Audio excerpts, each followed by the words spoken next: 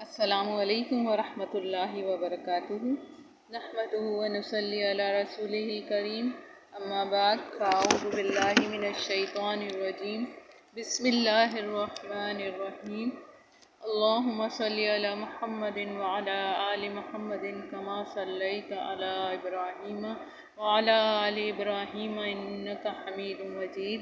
اللہم بارک علی محمد وعلی آل محمد کما بارکت علی ابراہیم وعلی آل ابراہیم انک حمید مجید۔ رب اشرح لی صدری ویسر لی امری واحلل عقدۃ من لسانی یفقہوا قولی۔ رب زدنی علما۔ اللہم فقہنا فی الدین، اے اللہ ہمیں دین کی سمجھ عطا فرما۔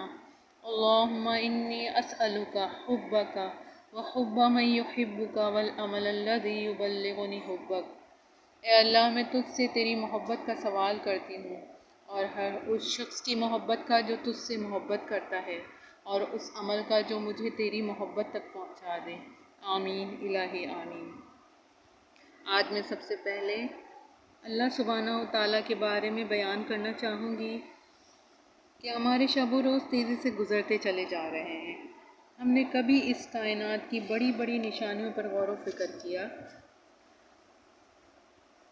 ہم اس کائنات کی بڑی بڑی نشانیوں پر غور و فکر کر کے اللہ سے محبت محسوس کی؟ روز صبح ہوتی ہے، رات ہوتی ہے، اور ہم صرف دنیا کے کاموں میں مشغول رہتے ہیں۔ تو آج سے ہم کوشش کریں گے کہ اللہ سبحانہ و تعالیٰ کی بڑی بڑی نشانیوں پر غور و فکر کریں، تاکہ ہمیں اپنے رب کی نعمتوں کا احساس ہو اور ہم دل سے ان کا شکر ادا کر سکیں۔ اللہ تعالیٰ کا وجود۔ اللہ تعالیٰ کی ذات واجب الوجود، جس کا ہونا ضروری ہے، وہ یقیناً موجود ہے، اس کے وجود میں کوئی شک و شبہ نہیں۔ وہ ازلی ہے کیونکہ اس کی ابتدا نہیں ہے، ہمیشہ سے ہے، اس کی انتہا نہیں ہے، وہ ہمیشہ رہے گا۔ اس کے وجود پر بے شمار دلائل ہیں جن سے اس کا وجود ثابت ہوتا ہے۔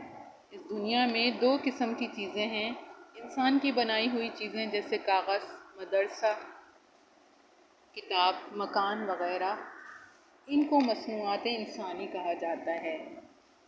نمبر دو، اللہ سبحانہ و تعالیٰ کی بنائی ہوئی چیزیں جیسے آسمان، زمین، چاند، سورج، ستارے، دریا، پہاڑ، رات اور دن وغیرہ، ان کو مصنوعات الہی کہا جاتا ہے۔ جب آپ کسی عمارت کو دیکھتے ہیں تو یقیناً یہ اندازہ کر لیتے ہیں کہ اس کا بنانے والا کوئی ضرور ہے، یا جب کوئی کتاب پڑھتے ہیں تو آپ کو معلوم ہو جاتا ہے کہ اس کے لکھنے والا کوئی ضرور ہے۔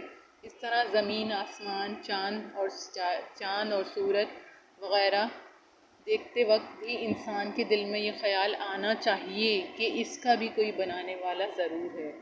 بس جس نے زمین و آسمان اور دیگر مخلوق کو بنایا ہے وہی اللہ ہے، اور وہ اب بھی سورج، چاند وغیرہ کو پہلے ہی کی طرح چلا رہا ہے، لہٰذا وہ اللہ تعالیٰ اب بھی موجود ہے۔ فرمان الہی ہے۔ ترجمہ: کیا اللہ سبحانہ و تعالیٰ کے وجود میں کوئی شک ہو سکتا ہے؟ جس نے آسمانوں اور زمین کو بنایا۔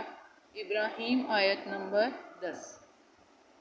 نمبر دو، اللہ وہی تو ہے جس نے آسمان و زمین اور ان کے درمیان کی تمام چیزوں کو 6 دن میں بنایا۔ سورہ سجدہ آیت نمبر 4۔ دنیا کی تمام چیزیں اللہ کریم کے وجود کو ثابت کرتی ہیں۔ ان پر غور کر کے اللہ رب العزت کی ہستی کو پہچانیے۔ یہ زمین جس پر آپ دن رات چلتے ہیں، اس کے متعلق اللہ کریم فرماتے ہیں۔ ترجمہ: ہم نے ہی زمین کو بچھایا ہے تو ہم کیا ہی خوب بچھانے والے ہیں۔ الذاریات آیت نمبر 48۔ زمین کے فرش میں دو متضاد اوصاف نرم و سخت کا جمع کرنا اللہ عز و جل ہی کا کام ہے۔ نرم اتنی کہ ایک خلال کے تنکے یا ناخن سے کھودنا شروع کر دیں تو برابر کھدتی چلی جائے گی۔ سخت مضبوط اتنی کہ بڑے قلعوں، محلات اور بلند و بالا پہاڑوں کے بوجھ اٹھانے کے باوجود کہیں سے کمزور نظر نہیں آتی۔ یہ سارے اللہ تعالیٰ کے وجود کی واضح نشانیاں ہیں۔ رسول اکرم صلی اللہ علیہ وآلہ وسلم نے فرمایا: بے شک اللہ تعالیٰ کے 99 نام ہیں جو کوئی شخص ان کو یاد کرے گا وہ جنت میں داخل ہوگا۔